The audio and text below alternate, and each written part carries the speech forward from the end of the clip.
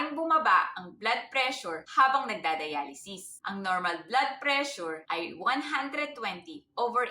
Sa mga pasyenteng nagdadialysis, importanteng mamonitor ang kanilang blood pressure. Dahil ang extra fluid at waste products ay tinatanggal, maaari itong magpababa ng blood pressure, lalo kung malaki ang ating hinahatak sa kanila. Isa pang factor kung bakit bumababa ang blood pressure nila ay ang hindi pagsunod sa tamang oras at dosage ng pag-inom ng kanilang blood pressure medicine. Kapag mali ang pag-inom nito, maaari itong magpababa ng BP habang sila ay nakasalang. Kaya nararapat na tama ang oras at dosage ng inyong iniinom na gamot. Isa ring rason ng pagbaba ng iyong blood pressure ay ang pagiging anemic. Dahil nga sira na ang inyong mga bato, hindi na nakakapag-produce ng erythropoietin ang inyong katawan. Nararapat lamang na mag-inject ng mga gamot na nakakatulong na magpataas ng hemoglobin level ng ating katawan. Dahil naniniwala ako na napakahalaga ng pagdadialysis sa mga taong sira na ang kanilang mga bato. Dahil imaginein mo na ang ating mga bato ay 24/7 kung magtrabaho at ikaw ay 12 hours per week lang nalilinisan ang inyong dugo. Ganun ito kahalaga. Dahil ang kalaban natin dito ay ang mga seryosong komplikasyon kapag nalibanan mo o naihinto mo ang pagdadialysis.